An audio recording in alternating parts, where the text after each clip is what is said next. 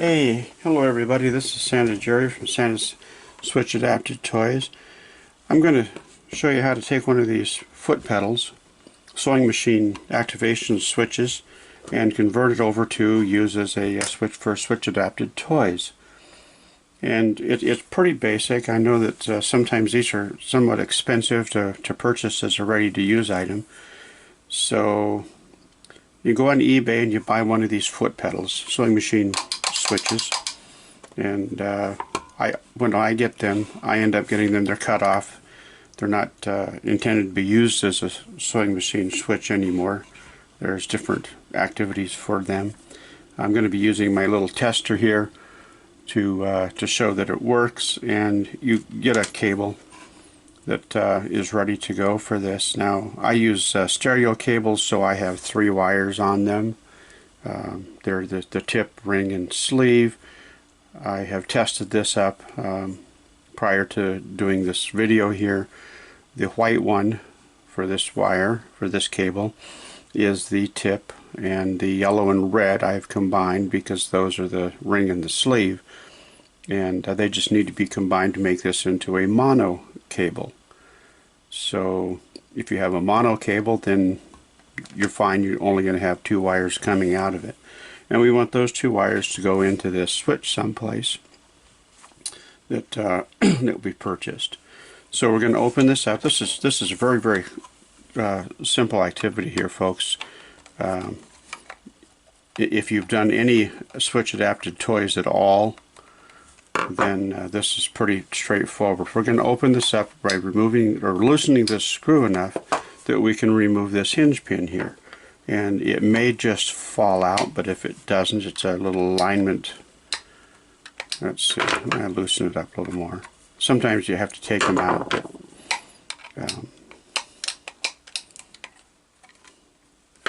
we'll get that loosened up.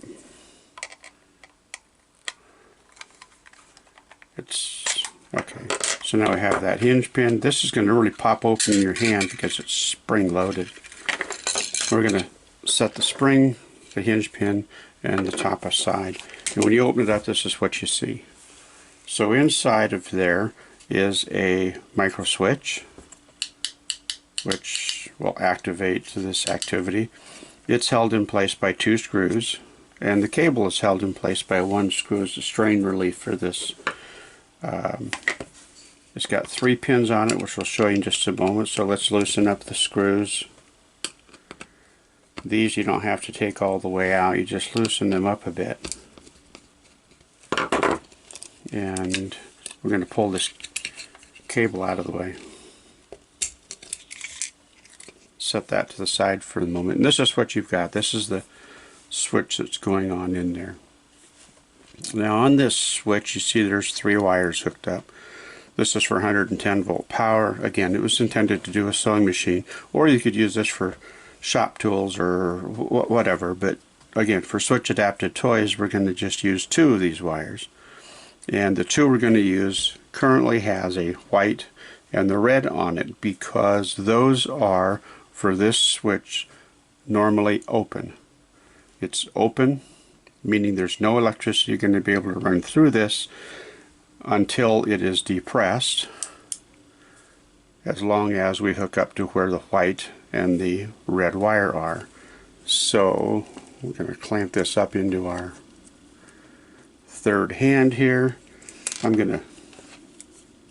just really showing you how easy this is. I'm going to run this through. For strain relief on this, we're going to tie a knot in it. My fingers tell me that I need to use a little prop tool. We only need a couple of inches sticking out here. We're going to heat up this solder to get those wires off. 1, 2, and 3. So this now becomes a piece of trash. Toss it to the side. I won't throw it immediately into the trash because those wires are pretty warm and I don't want to cause a fire. So now we're going to take our connections. We've already got this on the right side up. I'm going to get a little bit more solder on my iron, and I'm going to put this on the middle one, which is the closest one up.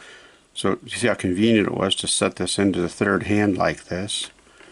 Put this on the one that's on the side of that switch. Again, let's get a little solder on there. Get a nice big pool of it. Hold this long enough. One of the things I've discovered on these is when you put the solder on, it heats everything up enough that it takes an extra moment for that solder to cool. And if you don't let it cool, you can accidentally pull the wire off. So here's my tester. Did it work? Are we done?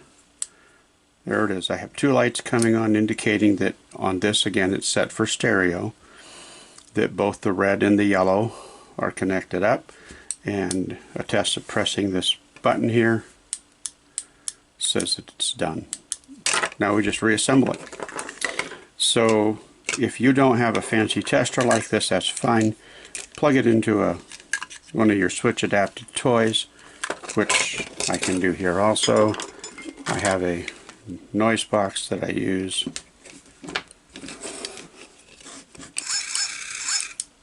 That says we're having it's active. Okay,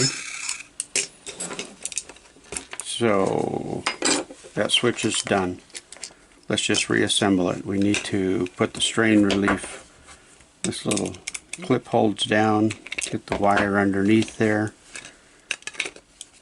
and tighten that screw.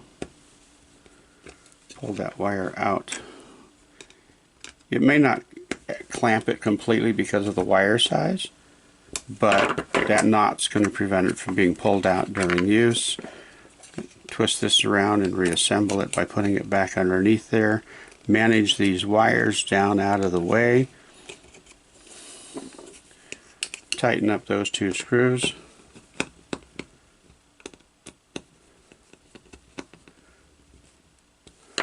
Don't get them too tight because this is plastic body, plastic thing.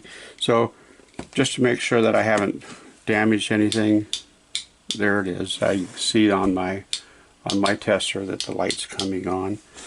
Another tricky part about putting this together is you don't just set the spring on here because it's going to fall over.